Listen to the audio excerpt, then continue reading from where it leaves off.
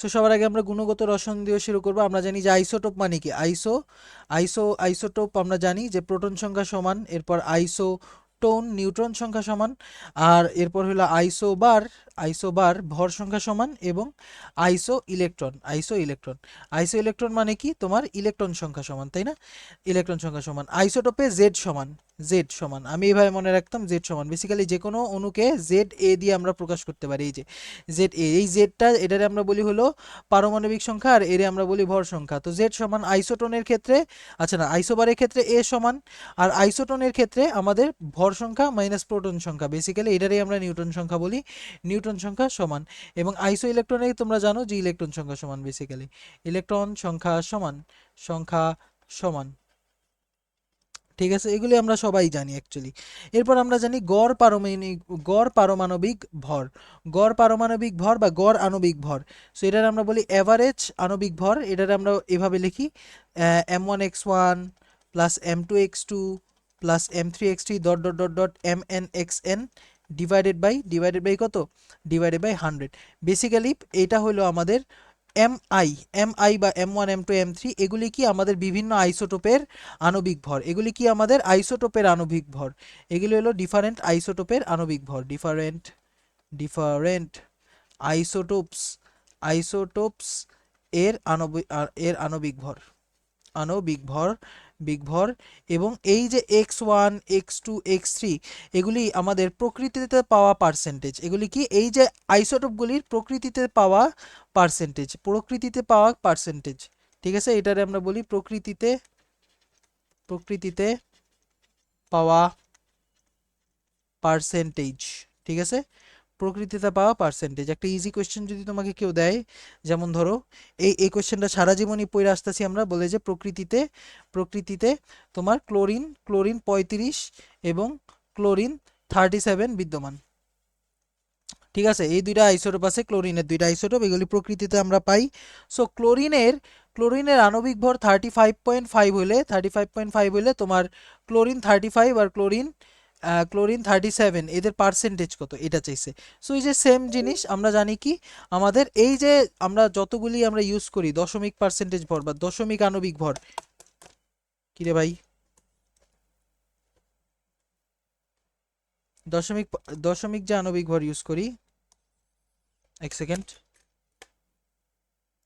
হ্যাঁ, আমরা যে দশমিকে যেটা ইউজ করি আমরা সব সময় জানি যে এটা হলো, আমরা এই পর্যন্ত যতগুলি ইউজ করছি সবগুলি হলো অ্যাভারেজ। ঠিক আছে, সো এখানে আমি ধরে নেই ক্লোরিন 35x% আছে, তাহলে আমার ক্লোরিন 37 কত হবে, 100 - x% থাকবে, তাই না?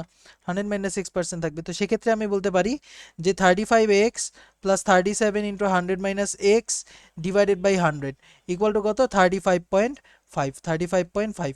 তাহলে এখানে 35x প্লাস 3700, দুইটা জিরো লাগাই দিছি, minus 37x is equal to 35.5 into 100, basically এটা দুই ঘর ডানে যাবে, সো 3550। আর এখানে হলো তোমার 3700 মাইনাস 2x, তাই 2x ইকুয়াল টু কত, 3700 মাইনাস 3550। সো এখান থেকে 000, 5 হাতে আছে 1, 6, 6 আর 1 7, সো 150 বেসিক্যালি। তো x এর ভ্যালু কত, 75। সো আমাদের এই যে ক্লোরিন 35 হলো 75%, আর বাকি 25% কত আমাদের ক্লোরিন 37। এগুলি কিন্তু রিটেনে আসার মতো না, তাও মানে দিতেই পারে। ঠিক আছে, এরপর এই যে আইসো ইলেকট্রন বলে লাফাইলাম আমরা এতক্ষণ, বেসিক্যালি আইসো ইলেকট্রন হলে এটা একটু অনেক আসে, তো এই কারণে একটু বলে দিলাম। আইসো ইলেকট্রন হলে একটা অ্যাটমের সাইজ ইজ ব্যস্তানুপাতিক অফ নাম্বার অফ প্রোটনস। ঠিক আছে, সাইজ ইজ ব্যস্তানুপাতিক অফ নাম্বার অফ প্রোটনস। তো এই জিনিসটা একটু মাথায় রাখতে হবে বেসিক্যালি, কারণ কি দেখো, নাম্বার অফ প্রোটনস যদি বাইরে যায় তাহলে আমরা কি জানি, F equal to K Q1 Q2 বা 1/4πε0 Q1 Q2 divided by r², তাই না? সো এই কিউ কি নাম্বার অফ প্রোটনস, আর এই কিউ কি নাম্বার অফ ইলেকট্রনস। এখন প্রোটন সংখ্যা সমান হলে Q1 এর ভ্যালু সেম, কিন্তু সরি ইলেকট্রন সংখ্যা সমান হলে Q1 হলো আমাদের সেম, কিন্তু তখন সেক্ষেত্রে আমার ফোর্স কি প্রপোর্শনাল টু Q2 হয়ে যাবে, মানে নাম্বার অফ প্রোটনস।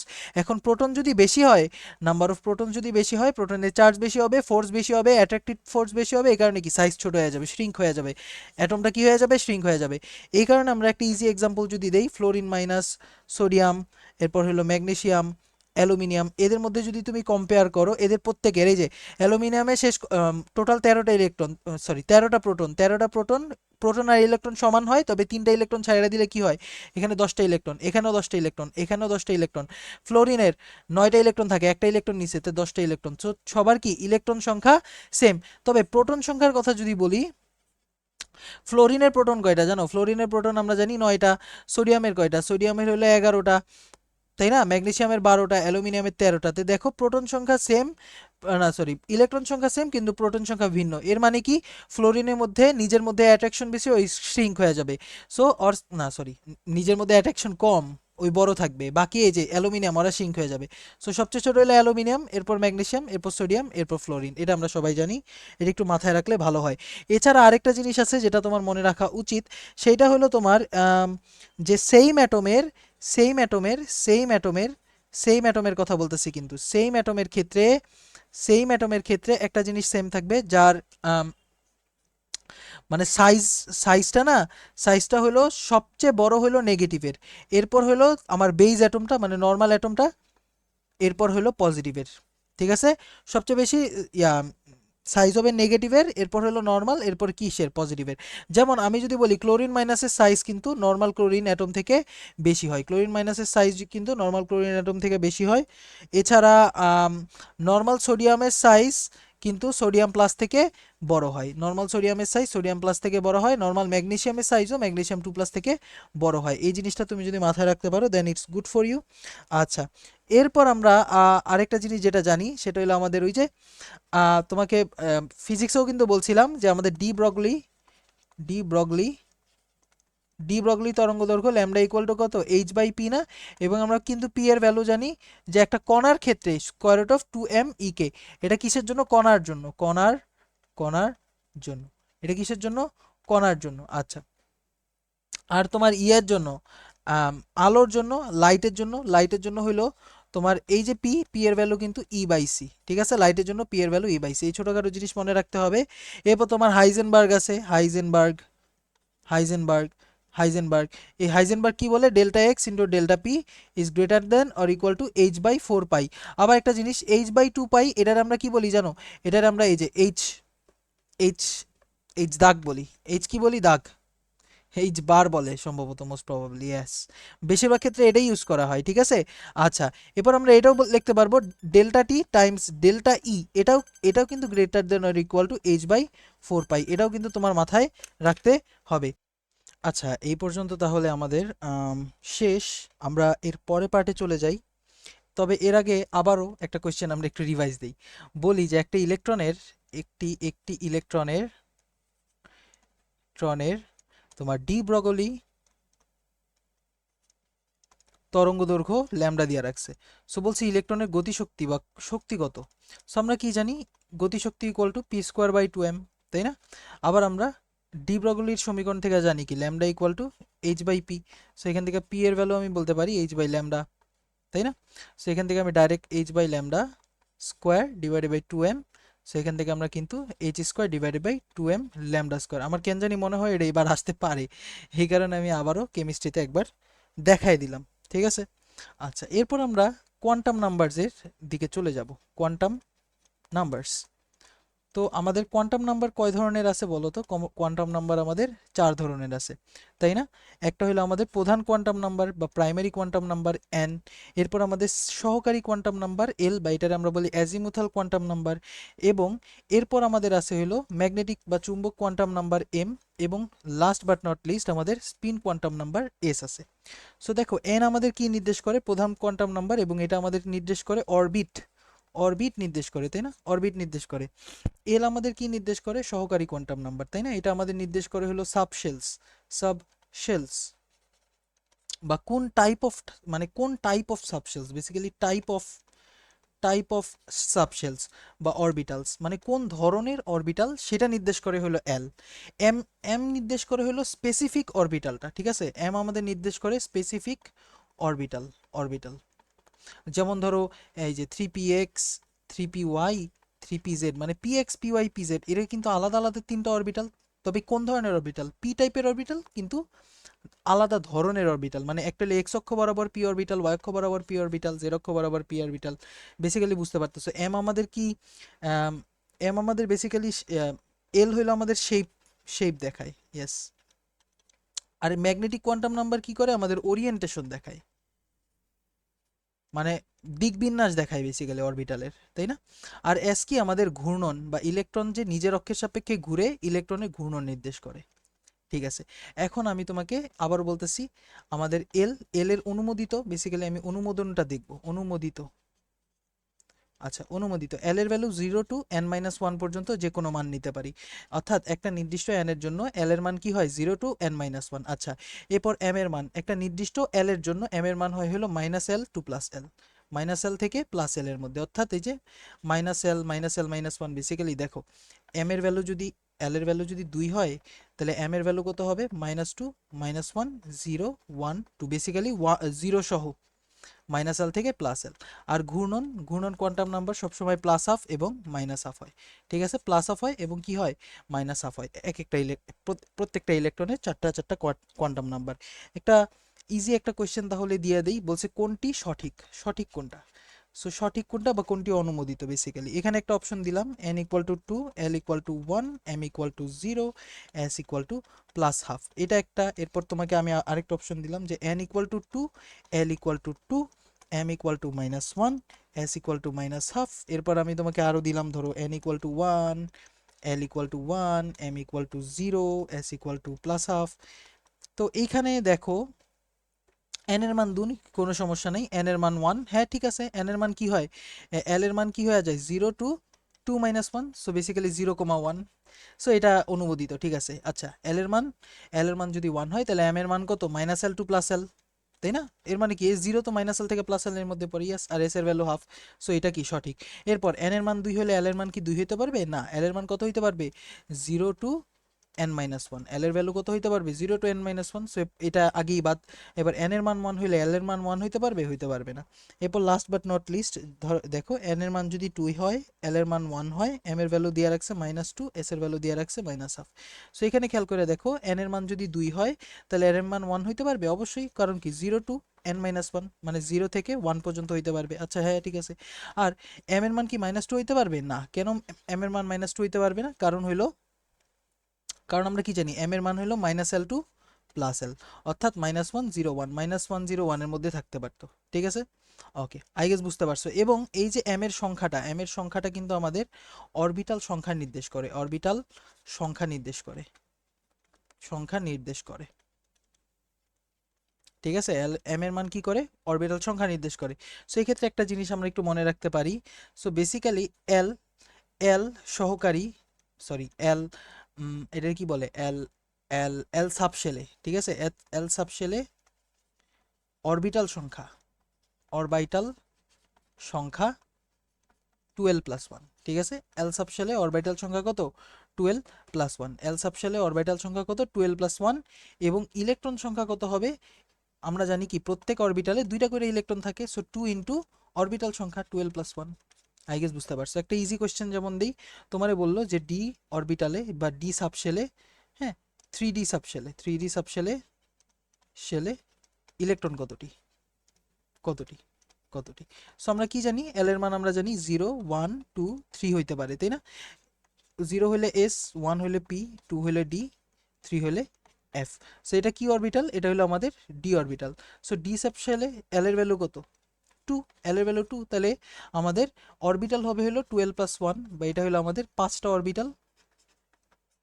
তাহলে ইলেকট্রন কত হবে?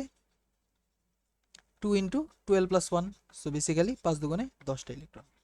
আই গেস বুঝতে পারছো। এগুলি পারবা, এগুলি বাচ্চাদের বিষয়ে আসে, ইজি কোয়েশ্চেন। এরপর তোমার ইলেকট্রন সংখ্যা, নিউট্রন সংখ্যা, এগুলি তো পারবা, হ্যাঁ, জেড সংখ্যা। যেমন তোমারে বললো, একটা ইজি কোয়েশ্চেন দেই, সোডিয়াম অ্যালুমিনিয়াম, সোডিয়াম টেট্রাহাইড্রক্সি অ্যালুমিনেট, নাকি এটাই তো হইতে পারে নাম, সমস্যা নাই। বলছে এখানে নিউট্রন সংখ্যা কত, নিউট্রন সংখ্যা কত? কত।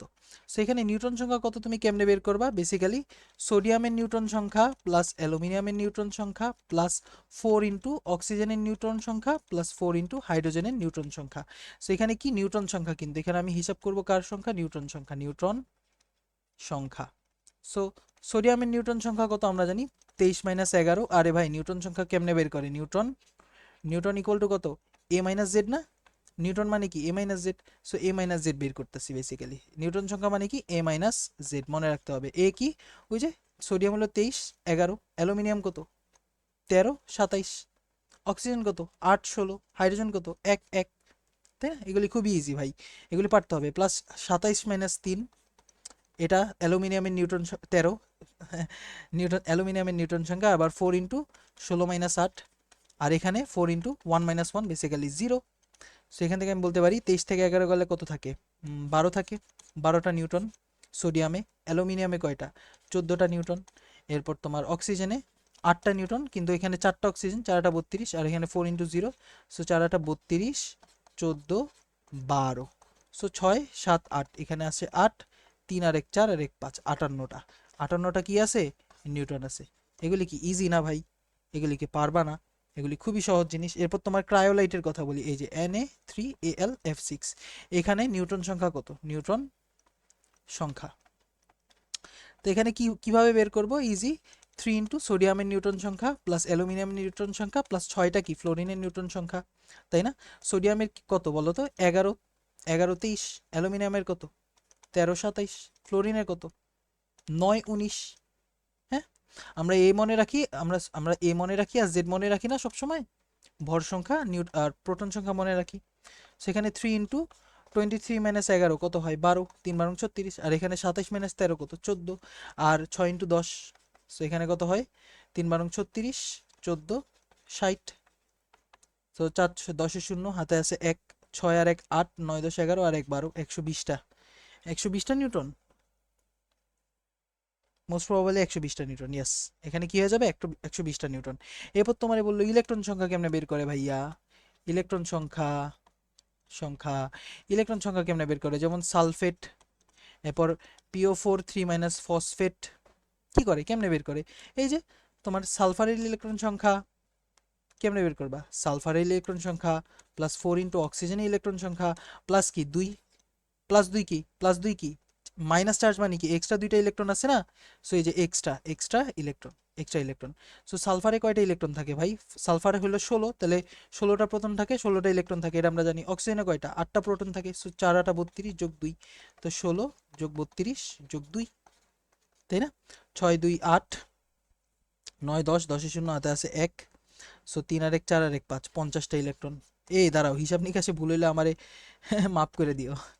দেখি, 16 4টা 32, আর এখানে 2, তো 32 33 34, 16 যোগ 34 শূন্য, হাতে আছে 1, 3 আর 1 4 আর 1 5। হ্যাঁ ঠিক আছে, 50টা।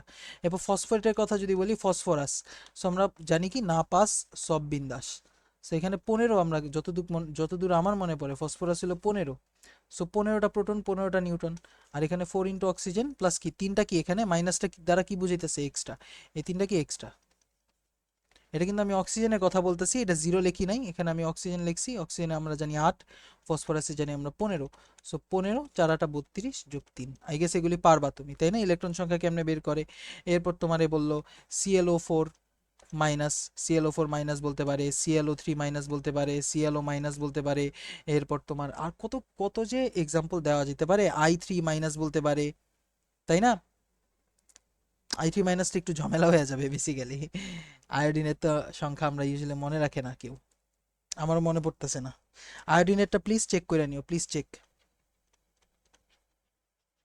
ঠিক আছে, আমি চেক করে দিতে পারতাম, তবে তুমি চেক করো, সমস্যা কি? আচ্ছা, এরপর আমি বোর মডেলে চলে যাই। বোরস মডেল। বোরস মডেলে আমাদের মনে রাখা লাগবে যে হায়ার সেল থেকে লোয়ার সেলে গেলে ইলেকট্রন কি করি? আমরা ত্যাগ করি এনার্জি, এবং লোয়ার সেল থেকে হায়ার সেলে গেলে এনার্জি আমাদের নিতে হয়, তাই না? বোর মডেলে আমরা জানি যে MVR বা কৌণিক ভরবেগ ইকুয়াল টু কত? NH/2π। এটা মনে রাখতে পারলেই হয়েছে। NH কত? 2π, বা এই যে, হ্যাঁ, NH/2π। ঠিক আছে, এরপর আমরা জানি 1 জুল মানে হলো 10⁻7 আর্ক, ঠিক আছে, 1 জুল মানে 10⁻7 আর্ক। তাহলে এইচ এর ভ্যালু হলো 6.626 ইন্টু 10⁻34 জুল সেকেন্ড। সেটারে যদি তুমি মানে জুলে যদি আগে কনভার্ট করো তাহলে 6.626 into 10⁻27 erg second, erg dot second দিলাম, তাহলে আর্ক সেকেন্ড ইজিলি বুঝতে পারবা। এবং আমরা এটাও জানি যে বোর মডেলে এনতম কক্ষপথে আমাদের শক্তি কত, A not N square by Z, তাই না? জেড কি আমাদের প্রোটন সংখ্যা আর এন কি আমাদের, oh by the way Bohr model কিন্তু ইউনি ইলেকট্রনিক মডেলে চলে, ঠিক আছে, ইউনি ইলেকট্রন মানে একটা ইলেকট্রন থাকতে পারবে, ঠিক আছে, একটা ইলেকট্রন। যেমন ধরো লিথিয়াম 2+, তাই না, লিথিয়াম 2+, এরপর হাইড্রোজেন, শুধু হাইড্রোজেন, এরপর তোমার হিলিয়াম প্লাস, এগুলি হলো কি আইসো ইলেকট্রনিক। এরপর আরও আছে ক্যালসিয়াম +19, এটা আমাদের ভার্সিটির পরীক্ষায় আসছিল, ক্যালসিয়াম 19 দ্বারা কি বুঝাইতেছে বেসিক্যালি ক্যালসিয়াম থেকে 19টা ইলেকট্রন বের করছি, যেটা অ্যাকচুয়ালি অসম্ভব বিষয়, তাও মানে থিওরিটিক্যালি তো সবই করা যায়। এ নটের ভ্যালু কত, 0.53 অ্যাংস্ট্রম, এটা মনে রাখা লাগবে। এটা কি প্রথম কক্ষপথের ব্যাসার্ধ। এরপর তোমার ভিএন মানে এনতম কক্ষপথে ইলেকট্রনের বেগ, এই সব জিনিস আসলে এই যুগে আর আসে না, 10⁶ Z/n, বরঞ্চ অন্য জিনিস আসবে, আমি দেখাইতেছি অন্য কি জিনিস আসবে। ইএন এনতম কক্ষপথে শক্তি -13.6 electron volt Z²/n²। So 13.6 electron ভোল্টে 2.18 ইন্টু 10⁻19 জুলও বলতে পারো, ঠিক আছে। এই কয়টা জিনিস এমনিই মনে থাকতে হবে। তবে এই সব না দিয়ে বলবে যে তোমার এনতম কক্ষপথে ব্যাসার্ধ কি হবে, এনতম কক্ষপথে ব্যাসার্ধ আমাদের, এনতম কক্ষপথে পর্যায়কাল কত হবে। আমরা কি জানি, T equal to 2πr/v, 2πr/v, এটা তো জানো, তাই না? আমরা কি জানি, বেগ মানে কি দূরত্ব বাই সময় না, বেগ মানে কি দূরত্ব বাই সময়, দূরত্ব বাই সময়, তাহলে একবার ঘুরে আসলে কি 2πr ঘুরে আসলাম, এবং আমার সময় কত হইলো, সময় তো আমার সময় তো বের করতে বলছে, সেখানে টি ইকুয়াল টু আমরা বলতে পারি 2πrn/v, vn। সো 2πrn মানে কি এ নট n²/z, আর বেগ কত, বেগ কত v0 বা v1 z/n। তাহলে এখান থেকে দেখো n উপরে চলে গেলে n³/z²। So T is proportional two n³/z², এটা আসতে পারে, টি প্রপোর্শনাল টু n³/z²। এটা কিন্তু ভালো কোয়েশ্চেন, এটা আসতে পারে। এবার ফ্রিকোয়েন্সি কি হয়ে যাবে, ফ্রিকোয়েন্সি উল্টা হয়ে যাবে, z²/n³। এরপর ওমেগা, ওমেগাও প্রপোর্শনাল টু z²/n³, কারণ কি ওমেগা ইকুয়াল টু আমরা জানি 2πf, তাই না? এরকম জিনিসপাতি কিন্তু আসতে পারে, এই আসছেও, এটা ডিউতেই আসছে গত বছর সম্ভবত, আই গেস মনে রাখতে পারবা। এরপর আরও জিনিসপাতি আছে যদিও। এরপর আমাদের জানি রিডবার্গ ধ্রুবক, রিডবার্গ, রিডবার্গের ধ্রুবকের ক্ষেত্রে রিডবার্গ না, 1/λ equal to RH 1/n low square minus 1/n high square, আমি এইভাবে মনে রাখতাম, ইন্টু Z²। সো n লো আগে হাই পরে, লো আগে হাই পরে, তাই না? এরপর আমরা জানি কি লাইমেন, বামার, প্যাসচেন, ব্র্যাকেট, ফুন্ড, ফুন্ড, এরপর হামফ্রে আছে, বাট ফুন্ড, হামফ্রে। সো লাইম্যানের ক্ষেত্রে আমার লো কি হয় আর লাইম্যানের ক্ষেত্রে হাই কি হয়। লাইম্যানের ক্ষেত্রে 1 2 3 4 5 6, আমি এমনি মনে রাখতাম। আর একের পর কি আছে, 2 3 4 5, 3 4 5 6 7 8 9 10, তাই না? সরি 3 4 5 6, এরপর ধরো 4 5 6 7, তাই না? সো প্রথম এরপরই মানে 4-এর পর থেকে যারা এগুলি পারবা, প্রথম যেই প্রথম মানে প্রথম যে বিকিরণ এটার আমরা বলি আলফা। এরপর 3 নাম্বার থেকে আসলে দ্বিতীয় বিকিরণে বলি বিটা বিকিরণ। 4 নাম্বার থেকে আসলে পরে বলি 3 নাম্বারে বলি গামা। মানে প্রথম বিকিরণে আমরা আলফা বলি, সেকেন্ডারে বিটা বলি, পরেরটারে কি বলি, গামা বলি, বা গামা তরঙ্গ। মানে গামা বিকিরণ তো অন্য জিনিস, তেজস্ক্রিয়তাতে চলে যেতেছি, বাট এটা কি আলফা বিটা গামা, মানে প্রথমটা হলো আলফা, দ্বিতীয়টা হলো বিটা, তৃতীয়টা হলো গামা। এছাড়াও আরেকটা জিনিস বেসিক্যালি এটা জিজ্ঞাসা করে যে ল্যামডা যদি ম্যাক্সিমাম হয়, তাহলে আমার বুঝতে হবে যে ইকুয়াল টু কত, hc/λ না। ল্যামডা যদি ম্যাক্সিমাম হয় তাহলে ই কি হয়, ই মিনিমাম হয়। ই মিনিমাম হয় মানে কি, সামনে থেকে আসছে। দেখো ইলেকট্রন যদি দূর থেকে আসে তাহলে ওর বেশি শক্তি থাকবে, মানে বেশি শক্তি হারাবে দূর থেকে যদি আসে, তাই না? তো তখন কি হবে, আমার শক্তি ম্যাক্সিমাম হবে বা ল্যামডা মিনিমাম হবে। কিন্তু শক্তি যদি মিনিমাম হয়, এর মানে কি, ওই সামনে থেকে আসছে, মানে N high equal to N low plus 1, মানে পরের শেলটা থেকে আসছে, ঠিক আছে, এক শেল উপর থেকে আসছে, ঠিক আছে। ও বাই দ্য ওয়ে 1/λ কিন্তু আমরা বলি মিউ বার, বা একক আয়তনে তরঙ্গ, একক দৈর্ঘ্যে তরঙ্গ সংখ্যা। ঠিক আছে, এরপর ল্যামডা মিনিমামের জন্য যদি বলি, ল্যামডা মিনিমাম মানে কি এনার্জি ম্যাক্সিমাম। এনার্জি কখন ম্যাক্সিমাম? অনেক দূর থেকে আসছে, দূর থেকে আসলে শক্তি বেশি থাকে।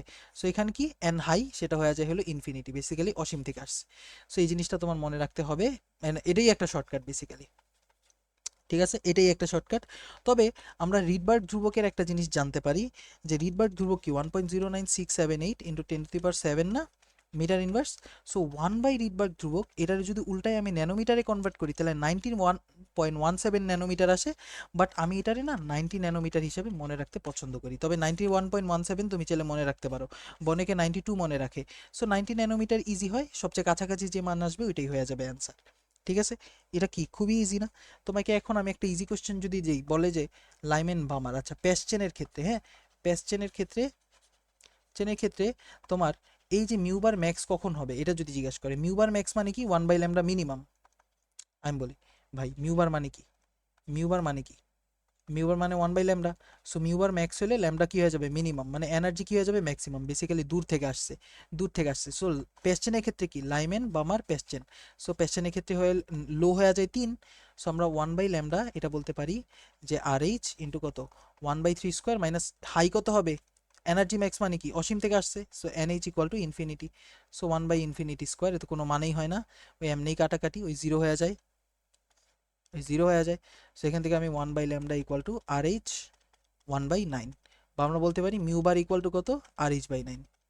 এটাই একটা কোশ্চেন দিয়ে দিতে পারে, ইজি কোশ্চেন না, যে সর্বোচ্চ তরঙ্গ সংখ্যা, এরকম কোশ্চেন দিতে পারে। এরপর তোমারে বললো যে ল্যামডা কখন ম্যাক্সিমাম হবে, ল্যামডা ম্যাক্সিমাম মানে কি ই মিনিমাম, মানে সামনের থেকে আসছে, এন হাই ইকুয়াল টু কত N low plus 1। So basically 4 number থেকে আসছে। সো ওই যে 1/λ ইকুয়াল টু কত হয়ে যাবে R H 1/3² minus 1/4², 9 minus 16। So R H equal to কত হয়ে যাবে 9 ইন্টু 16, তাহলে এখানে 16 ইন্টু 9 করলে 144, 16 মাইনাস 9 কত আসে 7। সো বেসিক্যালি ল্যামডার ভ্যালু হয়ে যাবে হলো 144/7 আর এইচ, তাই না? এটা যদি তুমি চাইলে একটু ভাঙ্গাভাঙ্গি করতে চাও, 144/7, আর 1/RH এর ভ্যালু কত, 1/RH এর ভ্যালু আমি বলছিলাম 90 বা 91 হিসাবে মনে রাখতে পারো 91। সো বেসিক ক্যালকুলেশন তুমি চাইলে করে ফেলতে পারবা, কিন্তু পারবা না? অবশ্যই পারবা। এরপর এরপরে আমরা তেজস্ক্রিয়তা বলি। তেজস্ক্রিয়তায় একটা ইজি বা তেজস্ক্রিয়তা, এটা এখানে কিন্তু এটা আমাদের নিউক্লিয়ার পদার্থ বিজ্ঞানেই আমরা পড়ছিলাম, বাট তাও আবার একটু দেখাই দিলাম। তেজস্ক্রিয়তাতে বেসিক্যালি কি করবা, এ সমতা করবা সবার আগে। এ মানে কি ভর সংখ্যা সমতা, ভর সংখ্যা সমতা সমতা করবা, দেন তুমি জেড সমতা করবা। ঠিক আছে, বা এটা আমি বলি পারমাণবিক সংখ্যা সমতা, পারমাণবিক সংখ্যা সমতা। কিভাবে, একটা ইজি কোয়েশ্চেন যদি যেই, যেমন তবে এখানে কয়েকটা জিনিস মনে রাখা লাগবে, ভেরি ভেরি ইম্পর্টেন্ট। আলফা কণা হইল কি তোমার 2 4 হিলিয়াম প্লাস প্লাস নিউক্লিয়াস, ঠিক আছে আলফা। বিটা কণা কি ইলেকট্রন -1 0, ইলেকট্রন -1 0, এটা মনে রাখা লাগবে। আর নিউট্রন কি, নিউট্রন হলো 0 1, ঠিক আছে। এরপর গামা কি, গামা হলো 0 0, ঠিক আছে, গামা কি 0 0। এটা মাথার ভিতরে জায়গা মতো বইরা রাখো ভাই, এটা খুবই ইম্পর্টেন্ট। একদম সুন্দর মতো এটার জন্য একটা অ্যাপার্টমেন্ট, এটার জন্য একটা অ্যাপার্টমেন্ট কমপ্লেক্স রাখা দাও, কারণ এটা তোমার লাগবেই, এটা ছাড়া তুমি পারবাই না কোশ্চেন সলভ করতে। তো একটা ইজি কোশ্চেন তোমাকে দেই, এটা এটা ডিউতেই আসছে, বিউ বেরিলিয়াম 2 9, এর সাথে আমি এক্স এক্স এক্স এক্স দিছি, এক্স দেওয়ার পর আমি পাইছি কার্বন 6 12 এবং নাইট্রোজেন সরি প্রোটন 0 1। সো তোমার বলছে এই এক্স জিনিসটা কি, এক্স জিনিসটা কেমনে বের করবো, ওই যে আমি বলে নিব জেড একটা এ, একটা জেড আছে আমার একটা এ আছে। সো আমি সবার আগে এ সমতা করব, এ সমতা বা ইয়া সমতা, বাম পাশে 9 + এ ইকুয়াল টু ডান পাশে কত 12 + 1 13। সো এখান থেকে এর ভ্যালু কিন্তু আমি পেয়ে যেতেছি 4। আচ্ছা এরপর নিচে দেখি জেড, জেড সমতা, সেখানে 4 + জেড ইকুয়াল টু কত 6 + 0, তাহলে জেড এর ভ্যালু কত 2 2 4 মানে কি, 2 4 মানে কি 2 4 এক্স, এটা মানে কি এটা আলফা কোণা। সো আলফা কোণা হয়ে যাবে অ্যান্সার। এরকম ছোটোখাটো জিনিস তোমার কিন্তু পারতে হবে, এরকম ছোটোখাটো জিনিস তোমার পারতে হবে। হোপফুলি তুমি বুঝতে পারবা এটা। একটা একটা মজার অঙ্ক দেই, এটা মজার, মজা পাবা হোপফুলি। চলো দেখি, ইউরেনিয়াম 92 235 235 সরি 235, ওইটা ভাঙা যায় কি হইতেছে জানো, একটা এক্স নামে একটা যৌগ হইতেছে 84 215, এবং এখানে এন আলফা, বা আমি বললাম এক্স পরিমাণ, বা তোমারে বলছে এ পরিমাণ, এ পরিমাণ আলফা কণা বের হইতেছে আর বি পরিমাণ বিটা কণা বের হইছে, তাহলে এ কমা বি এটার ভ্যালু কত এটা আমার জানতে চাইছে। ঠিক আছে, এ আর বি এর ভ্যালু কত। সো এখানে তোমার কি করতে হবে, সবার আগে এই যে আলফা কণা মানে কি 2 4, বিটা কণা মানে কি -1 0। এবার তুমি এ সমতা করো, এ সমতা বাম পাশে কি আছে, বাম পাশে আছে 235 আর ডান পাশে কত আছে 215, 4 4 কয়টা 4, এ সংখ্যক 4, সো এ ইন্টু 4। ঠিক আছে, আর উপরে কি আছে B into 0, so B into 0। So এর ভ্যালু কত 235, ও 215 কি লিখবে রে ভাই, 215 কেন লেখেন নাই 215 আছে না, 215 প্লাস কত 4 এ, সো এখানে হয়ে যাবে হলো এর ভ্যালু, এর ভ্যালু এখানে হয়ে যাবে 235 মাইনাস 215 ডিভাইডেড বাই কত 4। সো 35 থেকে 15 গেলে কত থাকে 20 থাকে না, 20 বাই 4, 4 5 20। সো 5টা এ বের হয়ে গেছে, মানে 5টা আলফা কণা বের হয়েছে। আর বিটা কণা কয়টা বের হয়েছে আমি এখন জেড সমতা করে বুঝতে পারবো। তো জেড এর সমতা যদি করি তাহলে এই যে বাম পাশে কি আছে 92, ডান পাশে কি আছে 84, 2a প্লাস কি এই দেখো 84 প্লাস 2a প্লাস কত বি ইন্টু -1, কারণ কি এই যে বি এর ভ্যালু কত -1, সেখান থেকে বি এর ভ্যালু আমি পেয়ে যাই হলো 84 প্লাস 2a মানে 10 মাইনাস 92 বেসিক্যালি 2। সো 5টা আলফা কণা বের হইছে, 2টা বিটা কণা বের হইছে। ইজি না এগুলি, এগুলি কিন্তু ডিউ স্ট্যান্ডার্ড, একদম ডিউ স্ট্যান্ডার্ড, একদম ডিউ স্ট্যান্ডার্ড। আচ্ছা পরের জিনিস আমরা দ্রাব্যতাতে চলে যাই।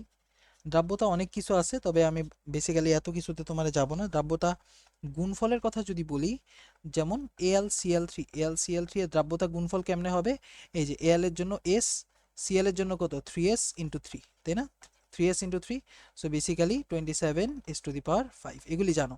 এরপর তোমার Al2SO4, SO4 3, সো অ্যালুমিনিয়াম কয়টা আছে 2টা, সো এটার জন্য 2s স্কোয়ার দিবা, মানে 2 মানে s এর সাথে কি করবা 2 গুণ দিবা এরপর স্কোয়ার দিবা। আবার সালফেটের জন্য s এর সাথে 3 গুণ দিবা, কারণ 3টা সালফেট 3s আর পাওয়ার দিবা কিউব, সো এখানে হয়ে যেতেছে 108 s⁵, এরকম জিনিসপাতি আর কি, ছোটখাটো জিনিসপাতি। এরপর ধরো ক্যালসিয়াম ফসফেট Ca3PO42, এগুলি পারবা। ক্যালসিয়ামের জন্য 3s উপরে থাকবে কিউব, ফসফেটের জন্য থাকবে কি, ফসফেটের জন্য থাকবে হলো তোমার 2s থাকবে হলো স্কোয়ার, মানে বেসিক্যালি 108 s⁵। তবে এর চেয়ে ভেরি ইম্পর্টেন্ট বেশি হলো এই কোয়েশ্চেনটা তোমারে দিবে, বলবে 0.1 m সোডিয়াম ক্লোরাইড দ্রবণে দ্রবণে তোমার বললো AlCl3 এর দ্রাব্যতা কত, দ্রাব্যতা কত। সো তোমারে আবার বইলাও দিছে KSP এর ভ্যালু হলো তোমার 10⁻⁻15। সো খুবই ইজি, দেখো AlCl3 ধরি দ্রাব্যতা হয়ে যাবে x, সো x যদি দ্রাব্যতা হয় তাহলে AlCl3 এখানে আসবে x আর 3টা ক্লোরিন আসবে, সো এখানে 3x। তবে এই 0.1 m এর থেকে, এই যে 0.1 m থেকে 0.1 m সোডিয়াম ক্লোরাইড থেকে আবার কি আসবে, সোডিয়াম প্লাস আসবে, আবার Cl মাইনাস আসবে, Cl মাইনাস আসবে কত 0.1 m, তাই না। সো এইখানে আমাদের কিন্তু তোমার KSP এর ভ্যালু কি হয়ে যাবে, KSP আমরা জানি যে অ্যালুমিনিয়ামের ঘনমাত্রা ইন্টু কত ক্লোরিনের ঘনমাত্রার কিউব হয়ে যাবে, তাই না। অ্যালুমিনিয়ামের ঘনমাত্রা আর ক্লোরিনের ঘনমাত্রা কি হয়ে যাবে, কিউব হয়ে যাবে। সো অ্যালুমিনিয়ামের ঘনমাত্রা কত দেওয়া আছে x, আর ক্লোরিনের ঘনমাত্রা দেওয়া আছে কত 3x প্লাস 0.1 কিউব। সো একটা জিনিস তোমার মনে রাখতে হবে, এটা আমি পার্সোনাল মনে রাখতাম, যে ভাইয়া যেহেতু 0.1 m দ্রাব্যতা দিছি, KSP এর ভ্যালুও কম, এর মানে 3x এর ভ্যালু অনেক কম। এই যে 3x এর ভ্যালু এটা অনেক কম, সো এখানে নেগলিজিবল, এই 3x টা আমরা কি করি নেগলেক্ট করে দিই, মানে এই যে 0.1 এর তুলনায় তো 3x অনেক কম, ঠিক আছে, 3x এর ভ্যালুটা 0.1 এর তুলনায় কম, এটা এইভাবে মনে রাখতে হবে। 3x এর তুলনায় 0.1, 0.1 এর ভ্যালু 3x এর ভ্যালু 0.1 এর তুলনায় কম, তাহলে x into 0.1 cube. So basically এখানে আমাদের x এর ভ্যালু হয়ে যাবে হলো KSP ডিভাইডেড বাই 0.1 কিউব, ঠিক আছে, KSP ডিভাইডেড বাই কত 0.1 কিউব। সো এখানে শর্টকাটটা কি বেসিক্যালি কমন আয়ন এফেক্টে শর্টকাটটা এরকম, যে দ্রাব্যতা হয়ে যায় হলো KSP divided by c⁴x, KSP divided by c⁴x, x কি কমন আয়ন সংখ্যা। একটা এক্সাম্পল দিবেন ভাইয়া, সোডিয়াম ক্লোরাইড আর এখানে AlCl3 এর কথা যদি বলি, এখানে কমন আয়ন কি ক্লোরিন, তবে আমার এই যৌগে ক্লোরিন কয়টা 3টা, সো এখানে 3 হয়ে যাবে x এর ভ্যালু, বুঝতে পারতেছো। এরপর ধরো তোমার এই সোডিয়াম, এরপর দিল তোমাকে আরো কোশ্চেন দেওয়া যায়, যেমন ধরো সোডিয়াম হাইড্রোক্সাইড দ্রবণে AlOH3, সো এখানে কি x এর ভ্যালু কত 3, বুঝতে পারতেছো? এক্স মানে কি কমন আয়ন সংখ্যাটা, মানে কমন আয়ন সংখ্যা কিসে, কোথায় কোথায় কোনটার মধ্যে, বেসিক্যালি দুর্বলটায়, দুর্বলের দুর্বলের কমন আয়ন সংখ্যা। ঠিক আছে? আচ্ছা, এই যে কেএসপির ভ্যালু 0.1 এর কিউব যদি করি তাহলে এখানে কত হয়ে যাবে, 10 কিউব মানে 1000, 10⁻15 এর সাথে 10 কিউব যদি যোগ করি 10⁻12 হয়ে যাবে। ইজি কোয়েশ্চেন, এগুলি পারতে হবে। ওকে, এর মনে রাখতে পারবা, মনে রাখতে পারবে। এরপর তোমার ক্যালাসন যদি বলে, ক্যালাসন, ঠিক আছে, এগুলি বেসিক্যালি কনসেপ্ট থেকে আসবে, বুঝছো? সো আমি জাস্ট বলবো যে ক্যালাসিত ইকুয়াল টু কত, তোমার দ্রাব্যতার পরিবর্তন ডেল্টা এস, দ্রাব্যতার পরিবর্তন ইনটু দ্রবণের ভর, দ্রবণের ভর, দ্রবণের ভর ডিভাইডেড বাই কত, 100 plus initial S, 100 plus initial S. এটা এটা মনে রাখতে পারলে মনে রাখতে পারো, তবে আমি পার্সোনালি মনে রাখতাম না, আমি বেসিক থেকে করতাম। ঠিক আছে, আমি বেসিক থেকে করতাম। ঠিক আছে, ডেল্টা এস কি, দ্রাব্যতার পরিবর্তন, পরিবর্তন, আর হলো ডাব্লিউ দ্রবণের ভর, আর এস ইনিশিয়াল মানে কি, শুরুতে দ্রাব্যতা, মানে ইনিশিয়াল কেসে দ্রাব্যতা। ঠিক আছে, এটা একটু মনে রাখা লাগবে, ইনিশিয়াল কেসে দ্রাব্যতা। ঠিক আছে, আশা করি বুঝতে পারছো। এটা ক্যালাসনও হইতে পারে, আবার দ্রবীভূতও হইতে পারে, ডিপেন্ডিং অন দা তাপমাত্রা বাড়াইলো না কমাইলো। ঠিক আছে, মনে রাখতে পারলেই হয়েছে। আচ্ছা, এবার আমরা চলে যাব চ্যাপ্টার 3। চ্যাপ্টার 3তে সবচেয়ে ভেরি ইম্পর্টেন্ট যে জিনিসটা, চ্যাপ্টার 3, সেটা হলো তোমার হাইব্রিডাইজেশন, হাইব্রিডাইজেশন, হাইব্রিডাইজেশন। সো আমি জানি না তুমি কেমনে পড়ছো, তবে আমি হাইব্রিডাইজেশন এভাবে পড়তাম, sigma plus lone pair plus কত, unpaired electron, sigma plus lone pair plus কত, আনপেয়ার্ড ইলেকট্রন, আমি এভাবে মনে রাখতাম হাইব্রিডাইজেশন। সো তোমরা কত বড় বড় ফর্মুলা লিখছো, আমার এত কিছু দেখি নাই, আমি দেখছি sigma plus lone pair plus unpaired electron. So আমি পার্সোনালি জিনিসটা কেমনে মনে রাখতাম, দেখো বেসিক্যালি যদি একটা ডাবল বন্ড থাকে, ডাবল বন্ডে কি হয়, একটা থাকে সিগমা, একটা থাকে কি, একটা থাকে হলো পাই। ঠিক আছে, তবে বন্ড থাকে কয়টা, বন্ড থাকে দুইটা। তাহলে শেয়ার ইলেকট্রন কয়টা থাকে, দুইটা শেয়ার ইলেকট্রন থাকে, দুইটা কি থাকে, শেয়ার ইলেকট্রন থাকে। ঠিক আছে, মানে মানে শেয়ার ইলেকট্রন তো চারটা থাকে, তবে দুইটা শেয়ার ইলেকট্রন কার কার থেকে থাকে, ওই সেন্ট্রাল অ্যাটমের সাথে আর কি শেয়ার করা থাকে। মানে সেন্ট্রাল অ্যাটম দুইটা ইলেকট্রন শেয়ার করে, এভরি বন্ডে সেন্ট্রাল অ্যাটম কি একটা করে ইলেকট্রন শেয়ার করে, তো দুইটা বন্ডে দুইটা করে ইলেকট্রন শেয়ার করে। আবার ট্রিপল বন্ডের কথা যদি বলি, সেক্ষেত্রে কি একটা সিগমা থাকে, দুইটা পাই থাকে, তবে সেন্ট্রাল অ্যাটম কয়টা ইলেকট্রন শেয়ার করে, তিনটা ইলেকট্রন শেয়ার করে। ঠিক আছে, সেন্ট্রাল অ্যাটম বা কেন্দ্রীয় মৌল, তাই না, কেন্দ্রীয় মৌল তিনটা অ্যাটম শেয়ার করে। সো এইচ এর ভ্যালু আমরা জানি 2 হইতে পারবে, 3 হইতে পারবে, 4 হইতে পারবে, 5 হইতে পারবে, 6 হইতে পারবে, 7 হইতে পারবে। সো 2 হইলে আমি মনে রাখতাম sp2, sp3, তাই না, এরপর sp3d, এরপর হলো sp3d2, sp3d3। সেগুলি এমনি আই গেস মনে থাকে, হ্যাঁ এগুলি এমনি মনে থাকে, এগুলি মনে থাকতে হবে। ঠিক আছে, সো একটা ইজি একটা এক্সাম্পল যদি দেই তোমাকে, বেসিক্যালি এটাই আর কি, হাইব্রিডাইজেশন কি হয়ে যায়, hybridization equal to sigma plus lone pair plus কি, আনপেয়ার্ড ইলেকট্রন, মানে একা কোনো ইলেকট্রন যদি থাকে সেটা। যেমন একটা এক্সাম্পল, ইজি একটা এক্সাম্পল যদি দিই, যেমন নাইট্রোজেন ডাইঅক্সাইডের কথা যদি বলি, নাইট্রোজেনে নাইট্রোজেনের লাস্ট শেলে ইলেকট্রন কত, বলো? আচ্ছা, এটা আমি বলি, free electrons, number of free electrons actually কি, তোমার সেন্ট্রাল অ্যাটমের যোজ্যতা ইলেকট্রন সংখ্যা, ইলেকট্রন সংখ্যা সংখ্যা মাইনাস শেয়ার্ড ইলেকট্রন সংখ্যা, মানে কতগুলি ইলেকট্রন শেয়ার করলো। ফ্রি মানে কি, যারা বন্ধনে অংশ নিস, মানে টোটাল ইলেকট্রন সংখ্যা, যোজ্যতা স্তর মানে কি, সবচেয়ে বাইরের শেলে ইলেকট্রন সংখ্যা, বাইরের শেলের গুলি তো শেয়ার করে, মাইনাস শেয়ার করা ইলেকট্রন সংখ্যা। আমি এমনি মনে রাখতাম। সো নাইট্রোজেন কয় নাম্বার গ্রুপ, 14 নাম্বার গ্রুপ। তাহলে নাইট্রোজেনের লাস্টে কয়টা ইলেকট্রন থাকবে রে ভাই, নাইট্রোজেনের লাস্টে 4টা ইলেকট্রন থাকবে, তাই না? না সরি, নাইট্রোজেন তো 15 নাম্বার গ্রুপ, নাইট্রোজেনে লাস্টে কয়টা ইলেকট্রন থাকবে, 5টা ইলেকট্রন থাকবে। কারণ কি, যোজ্যতা ইলেকট্রন সংখ্যা কি হয়, গ্রুপ নাম্বারের সমান হয়, 5টা। মাইনাস একটা অক্সিজেন কয়টা বন্ড করে, ডাবল বন্ড করে না, একটা অক্সিজেন ডাবল বন্ড করে। সো দুইটা অক্সিজেন কি 4টা বন্ড করবে, মানে 4টা ইলেকট্রন শেয়ার হয়ে যেতেছে। সো একটা ইলেকট্রন ফ্রি থাকে। ফ্রি ইলেকট্রন কয়টা থাকে, ভাইয়া, ফ্রি ইলেকট্রন কয়টা থাকে, একটা থাকে। এ একটা কি, ওয়ান আনপেয়ার্ড ইলেকট্রন, তাহলে লোন পেয়ার কত, লোন পেয়ার তো 0। কারণ ইলেকট্রন একটা আছে, লোন পেয়ার কয়টা হবে ভাই? জিরোটাই তো হবে, লোন পেয়ার নাই মানে আনপেয়ার্ড ইলেকট্রন আছে। আর সিগমা বন্ড কয়টা দেখো, অক্সিজেনের সাথে প্রত্যেকটা অক্সিজেন ডাবল বন্ড করছে হিসাব অনুযায়ী, আমাদের হিসাব অনুযায়ী প্রত্যেকটা অক্সিজেন ডাবল বন্ড করছে। সেই হিসাব অনুযায়ী আমি তোমারে বলতে পারতেছি, সেই লজিক থেকে আমি বলতেছি যে ডাবল বন্ড যদি করে তাহলে অবশ্যই একটা সিগমা হয় একটা পাই হয়, একটা সিগমা হয় একটা পাই হয়। বেসিক্যালি যতগুলি অ্যাটম ততগুলি সিগমা বন্ড। এখানে দুইটা অ্যাটম তাহলে দুইটা সিগমা বন্ড, তো দুইটা সিগমা বন্ড, তো টু সিগমা প্লাস কত zero loan pair plus unpaired electron কয়টা, একটা আনপেয়ার্ড ইলেকট্রন। সো দুই আর এক তিন, থ্রি মানে কত sp2। আমি পার্সোনালি এভাবে মনে রাখতাম, অনেকে অনেক ভংচং দেওয়া পরে আমি পিওর বেসিক, পিওর বেসিকটা মনে রাখতাম এবং এখানে আমি অনেক ফাস্ট হয়ে গেছিলাম। যেমন ধরো XeF4 এর কথা যদি বলি, XeO XeO এটার কথা যদি বলি, জিনন, জিনন কি ভাই, জিনন তো নোবেল গ্যাস, তাহলে ওর 8টা ইলেকট্রন থাকে লাস্টের শেলে। অক্সিজেন কয়টা শেয়ার করে, অক্সিজেন দুইটা ইলেকট্রন শেয়ার করে তাই না। ফ্লোরিন কয়টা ইলেকট্রন শেয়ার করে, একটা, তবে কয়টা ফ্লোরিন আছে, 4টা, সো -5, মানে এইটা হলো শেয়ার ইলেকট্রন, এটা হলো valence electron minus share electron. তাহলে 6, দুইটা ইলেকট্রন কি আছে, ফ্রি আছে। দুইটা ইলেকট্রন ফ্রি থাকা মানে কি, একটা লোন পেয়ার ফ্রি থাকা, একটা লোন পেয়ার ফ্রি থাকা। তাহলে এবার আমারে বলো সিগমা বন্ড কয়টা, যতগুলি সাইড অ্যাটম ততগুলি সিগমা বন্ড। কারণ কি অক্সিজেন যদিও ডাবল বন্ড করতেছে, ডাবল বন্ডের মধ্যেই তো সিগমা তো একটাই তাই না। তো অক্সিজেন একটা, সো একটা সিগমা বন্ড। ফ্লোরিন কয়টা, 4টা, তো 4টা সিগমা বন্ড, এগুলি কি নাম্বার অফ সিগমা বন্ডস। আর কয়টা লোন পেয়ার, একটা লোন পেয়ার। সো 4 আর 5 আর 1 6, 6 মানে কি sp3d2।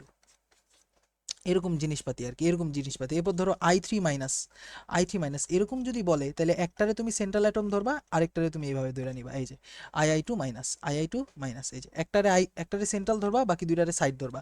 সো আয়োডিন কি গ্রুপ নাম্বার 17, তাহলে 7টা ইলেকট্রন আছে। আর এখানে আয়োডিন একযোজি মৌল তাই না, আয়োডিন কি একযোজি মৌল না ছোট্ট বন্ধু, তাহলে আয়োডিন তো একটা ইলেকট্রন শেয়ার করবে, তবে কয়টা আয়োডিন আছে, দুইটা আয়োডিন আছে। সো এখানে 2 × 1 হবে তাই না। এটা কি আমাদের number of free electrons, no, এইখানে যে নেগেটিভ চার্জ আছে, এই নেগেটিভ চার্জ কি একটা এক্সট্রা ইলেকট্রন, এই একটা extra electron due to negative charge, due to minus charge তাই না। সো এখান থেকে কত হলো, 7 থেকে 2 গেলে থাকে 5, 5 আর 1 কত, 6টা ইলেকট্রন। 6টা ইলেকট্রন মানে কি 6টা ফ্রি ইলেকট্রন, এটা কি ফ্রি ইলেকট্রন। আমি বুঝাই করতাম বেসিক্যালি, এই কারণে আমার মনে থাকতো, তোমরা তো বুঝলা যাওগা ফর্মুলা। সো 6টা ইলেকট্রন মানে কি 3টা লোন পেয়ার, 6টা ইলেকট্রন মানে কি 3টা লোন পেয়ার। তাহলে সিগমা প্লাস লোন পেয়ার যদি করি, তাহলে এখানে সিগমা কয়টা বলো তো, সিগমা 2টা, কারণ 2টা আয়োডিন, সো 2টা সিগমা, লোন পেয়ার কয়টা 3টা, সো 5 মানে বেসিক্যালি sp3d। এভাবে তুমি যদি মনে রাখতে পারো খুবই খুবই কাজে আসবে। এরপর ধরো ClO4 মাইনাস, ক্লোরিনের লাস্টের শেলে ইলেকট্রন কয়টা, 7টা। অক্সিজেন কি দুইটা করে ইলেকট্রন শেয়ার করে, সো -2 × 4 তাই না, মানে বেসিক্যালি 4 × 2, মানে দুইটা করে ইলেকট্রন শেয়ার করে তো দুইটা, আর এখানে 4 × 2, আর এখানে মাইনাস চার্জের কারণে কি একটা ইলেকট্রন যোগ হইতেছে। সো বেসিক্যালি 8 - 8 0, 0টা লোন পেয়ার। সিগমা কয়টা আছে ভাই, সিগমা কয়টা আছে, 4টা অক্সিজেনের জন্য 4টা ডাবল বন্ড, মানে 4টা সিগমা। ডাবল বন্ডে কি বললাম, একটাই তো সিগমা থাকে, মানে বেসিক্যালি যতগুলি সাইড অ্যাটম ততগুলি সিগমা। সো 4টা সিগমা আর 0 lone pair, so basically sp3 hybridization কি হয়ে যাবে, 4 হয়ে যাবে sp3। ইজি কোয়েশ্চেন না, এগুলি কিন্তু পারতে হবে, এগুলি কিন্তু পারতে হবে। এরকম আরও অনেক আমি চাইলে তোমাকে একটার পর একটা দেখাইতেই থাকতে পারি, তবে এখানে আমরা একটু বন্ড অ্যাঙ্গেলগুলি মনে রাখি, বন্ড অ্যাঙ্গেল ঠিক আছে। বেরিলিয়াম ক্লোরাইড ওই হলো ভাইয়া sp2, ওর বন্ড অ্যাঙ্গেল হলো 120 ডিগ্রি। এরপর তুমি অ্যামোনিয়ার কথা যদি বলো, অ্যামোনিয়া না, এর আগে আমি মিথেনের কথা যদি বলি, মিথেন, মিথেন হলো আমাদের sp3, মিথেন sp3 ওর কি 109.5 ডিগ্রি বা 109 ডিগ্রি 28 রেডিয়ান তাই না, না সরি 28 মিনিট। এরপর হলো আমি যদি অ্যামোনিয়ার কথা বলি, অ্যামোনিয়ায় ডিউ টু দ্য লোন পেয়ারের কারণে কি হয়ে যায়, অ্যামোনিয়াতে sp3 হইলেও ওর অ্যাঙ্গেল হয়ে যায় 160 ডিগ্রি। আচ্ছা, এরপর পানিতে দুইটা লোন পেয়ার থাকে, পানির হাইব্রিডাইজেশনে sp3 দুইটা লোন পেয়ার থাকার কারণে ওর অ্যাঙ্গেল হয়ে যায় 104 ডিগ্রি। এরকম ছোটোখাটো জিনিস তোমার মনে রাখতে হবে, এগুলি এমনিই মনে থাকে। এরপর কার্বন ডাইঅক্সাইডের কথা যদি বলি 180 ডিগ্রি, কার্বন ডাইঅক্সাইড হলো sp হ্যাঁ, কার্বন ডাইঅক্সাইড হলো sp। এছাড়াও আমরা যদি অর্গানিক কেমিস্ট্রিতে একটু হাইব্রিডাইজেশন দেখি, অর্গানিক হাইব্রিডাইজেশন অর্গানিকের ক্ষেত্রে হাইব্রিডাইজেশন সিঙ্গেল বন্ড থাকলে sp3, সিঙ্গেল বন্ড থাকলে sp3, ডাবল বন্ড থাকলে sp2, ট্রিপল বন্ড থাকলে অথবা দুইটা ডাবল বন্ড, ট্রিপল বন্ড অথবা দুইটা ডাবল বন্ড, ট্রিপল বন্ড অথবা দুইটা ডাবল বন্ড, দুইটা ডাবল বন্ড থাকলে তখন হয়ে যায় হলো sp। তো একটা ইজি এক্সাম্পল যদি আমি তোমাদের দেই ভাইয়া, ইজি কিছু এক্সাম্পলস আছে, যেমন ধরো এই যে CH3CN, এটা আমরা কি বলি, সায়ানোইথেন, সায়ানোইথেন। সো বেসিক্যালি এই যে কার্বনের তিনটা হাইব্রিড, তিনটা কার্বন, সো এখানে কত sp, আর এখানে হলো একটা সিঙ্গেল বন্ড, সো sp3 সবাই জানে। এরপর তোমার CH2 double bond, CH single bond, CH3, এটা কি sp3, এটা কত sp, কারণ ডাবল বন্ড, এটা কত sp2 ডাবল বন্ড, হ্যাঁ। এরপর কি আছে দেখো, CH2 ডাবল বন্ড, ধরো C ডাবল বন্ড CH2, এখানে কি হবে, এখানে তো একটা ডাবল বন্ড, তাহলে এখানে হয়ে যাবে sp2, এখানে কি একটা দুইটা ডাবল বন্ড এই কার্বনের, সো এখানে হয়ে যাবে sp, আর এখানে একটা ডাবল বন্ড, সো এখানে হয়ে যাবে sp2। এরকম ছোটখাটো শর্টকাট আর কি, এগুলি এমনিই মনে থাকে। এরপর ধরো CH3 single bond, C triple bond C, এরপর CH2 CH double bond CH2, এখানেও তুমি বলতে পারো sp3 sp sp sp2 sp2, মানে এগুলি এমনিই মনে থাকে, এগুলি তেমন কিছুই না। আই গেস তোমার এমনি মনে থাকবে। এরপর তোমার আমাদের ভেরি ইম্পর্টেন্ট জিনিস যেটা আসে, oxo acids, oxo acids and halo acids, oxo acids and halo acids, halo acids. So halo acid কারা, হ্যালোজেন থেকে যে যে অ্যাসিডগুলি পাই তারা আমরা হ্যালোজেন বলি। সো হ্যালো অ্যাসিডের অ্যাসিডিটি, অ্যাসিডিক অ্যাসিডিক যে ধর্ম সেটা সমানুপাতিক অ্যানায়নের সাইজ, অ্যানায়নের অ্যানায়নের সাইজ, বেসিক্যালি হ্যালোজেনের সাইজ। হ্যালো অ্যাসিডের ক্ষেত্রে আমার অ্যাসিডিটি ইজ প্রপোর্শনাল টু অ্যানায়নের সাইজ, কারণ কি দেখো এখানে আয়োডিন অনেক বড়, তাই কি হাইড্রোজেন সহজে ভেঙে যেতে পারে, সহজে H+ দিতে পারে, এই কারণে কি হয় আমাদের অ্যানায়নের সাইজের উপর আমার অ্যাসিডিটি প্রপোর্শনাল হয়। সো এই যে হাইড্রোজেন আয়োডাইড সবচেয়ে শক্তিশালী, এরপর HBr, এরপরে হলো HCl, এরপর হলো HF, এবং মজার ব্যাপার HF এর আমরা কি বলি, দুর্বল, দুর্বল অ্যাসিড, HF কিন্তু দুর্বল অ্যাসিড। ঠিক আছে, কেউ যদি বলে নিচের কোনটি দুর্বল অক্সো অ্যাসিড, সরি নিচের কোনটি দুর্বল হ্যালো অ্যাসিড, হবে হলো হাইড্রোজেন ফ্লোরাইড। আর অক্সো অ্যাসিডের ক্ষেত্রে তোমার মনে রাখতে হবে, অক্সো অ্যাসিডের ক্ষেত্রে অ্যাসিডিটি ইজ প্রপোর্শনাল টু তোমার সেন্ট্রাল অ্যাটমে বা কেন্দ্রীয় মৌলে জারণ সংখ্যা, কেন্দ্রীয় মৌলের অক্সিডেশন স্টেট বা জারণ সংখ্যা, আমি ওএস না লেখা জারণ সংখ্যা লিখলাম, তোমার ইজিলি মনে থাকবে। ঠিক আছে, এরপর সেকেন্ড যেটা, জারণ সংখ্যা যদি সমান হয়, জারণ সংখ্যা সমান হলে, জারণ সংখ্যা সমান হলে হলে আমার অ্যাসিডিটি